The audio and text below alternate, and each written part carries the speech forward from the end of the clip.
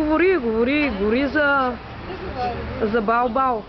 Марти, къде се почува? Къде е Бао-Бао? Виж, Марти, Биби. Къде е Бао-Бао? Тук се намираме в центъра. Най-широкият център на Йоаким Груево. Има много дървета. Идеалният център, да кажеш. Има много дървета. Марти е тук. Неговата приятелка Мими.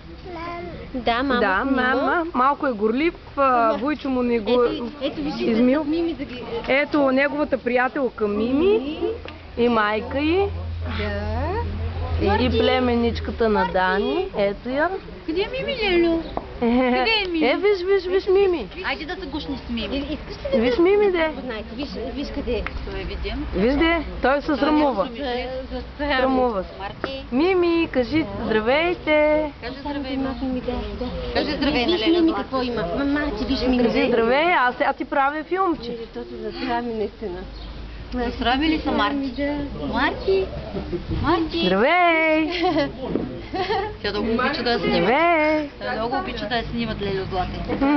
Златко и постоянно я снимат. Да. Браво. Затова няма... Да. Айде да се облечем щият. Къде отиди Марти?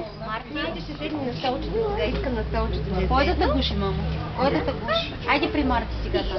Виж какво ще даме. Една пакетче захар. Искаш ли солетка? Айде, стига толкова.